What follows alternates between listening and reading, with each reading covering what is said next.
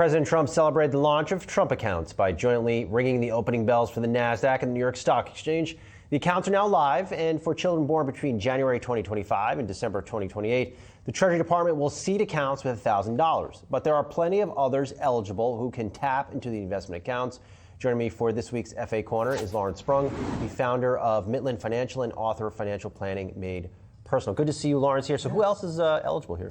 Anybody who's under the age of 18 could set up these accounts. The only problem is they're not getting the $1,000 seed money. No money? Well, not the seed money. The seed money is just for those being born in that time frame that you mentioned in the opening. So they're getting the seed, but the accounts are available to everybody else. Is there an incentive? Why would I create a Trump account if I'm age 17? Yeah, so I mean, if you want to get the tax deferral, and I think that's really where the planning comes in to make a decision as a family. Does it make sense to open a Trump account? Does it make sense to open a 529 plan or just a custodial account? That's where it's a family decision, right? So it depends on what your goals are for those funds that you would put into the Trump account, but essentially you would get that tax deferral in perpetuity, because once you turn 18, it becomes yours and acts more like an IRA. What makes more sense? It depends on the family situation, right? If you're 17, it might make sense if you're working to fund a Roth IRA, because the difference there is if you fund a Trump account, eventually that growth is going to be taxed, where if you fund a Roth IRA, it will never be taxed. So it depends on how old you are, what the money is slated for, what you plan to use it for, and what the tax ramifications are later on and your expectations. Let's say, I mean, by all indications, there's millions of people that have opened these accounts. If you just open one, what should you be doing now in the months ahead? So, you don't have to do a lot, right? Because you open it up, there's very limited choices right now. You have to open up through the Treasury. The other custodians are not on board yet. Eventually, we're hearing that they are going to come on board and you'll be able to transfer those accounts. So I would go to the Trump account website, open up the account, especially if your child was born after January 2025, get the $1,000 seed money to start, and then it's important to start making planning decisions on whether it makes sense to continue to fund that with your own money or grandparents' money or employer money, or look elsewhere to use other investment vehicles. Isn't that the other key aspect here? You have to continue, you don't have to, but ideally you want to add more money to this as much as possible, no? Well, if you get the $1,000 today is not going to be $1,000 10, 20, 40 years from now. So you might as well take that. You don't necessarily have to continue to fund that.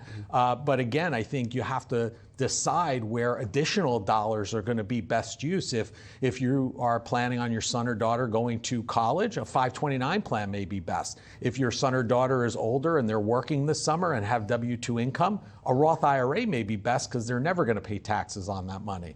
So the $1,000, I think, is a no-brainer. It's beyond that. It's a planning decision for the unique family situation.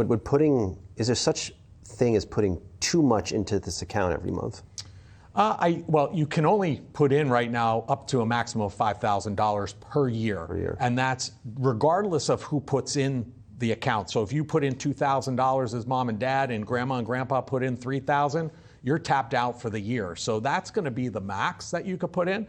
But it's certainly something to think about, because this money is going to act eventually like an IRA. So do you want to have this huge pool of money that when you enter retirement age, that is going to be immediately taxable, when maybe you could have used a Roth IRA for part of that time and made that a tax-free income stream later on? This money is really tied to the fortunes of the stock market over a period of time. Well, the stock market now, by and large, is dominated by tech companies. As a financial planner, how do you feel about that being so intertwined? You're having, I guess, kids so intertwined to the future of tech companies per se, which goes against like diversification, which is what you hear from people all the time. Diversify, diversify, diversify. Yeah, so I mean, I think that's one of the troubles with these accounts, because you're limited in the choices. You're basically limited to low cost indexes.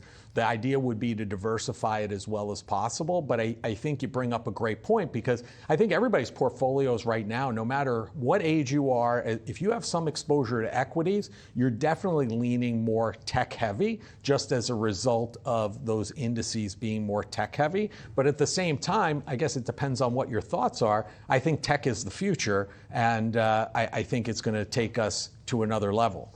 Lastly, Lawrence, this has been a pretty good year for the stock market by and large. At this point in the year, what should one be doing in terms of just planning, given all the gains they might be sitting on? Yeah, so I think you have to look at, I mean, our expectation is that the market's going to continue on this upward direction. There might be some volatility around midterms, around Fed decisions and things like that. But I think now is a great time to start looking at the taxability of your account. What are the tax ramifications? And start planning throughout the year. It might be time, if there is a dip, to start selling some of those holdings that may not be doing as well, may be negative right now, to use those losses to offset gains. Many people just wait till December to start evaluating this, and they're handcuffed, not being able to do anything. Now is a great time to start looking at that. Maybe not doing anything today, but at least having a plan for what you're going to do for the remainder of the year and how to mitigate that tax liability. Well, great insight as always. I appreciate it. Good to see you. Have a wonderful weekend. All right, that's it for Market Catalyst. I'm Brian Sozzi. Watch my new Power Players podcast with Dirty Jobs creator and host Mike Rowe on Monday morning. It's awesome. More Yahoo Finance straight ahead.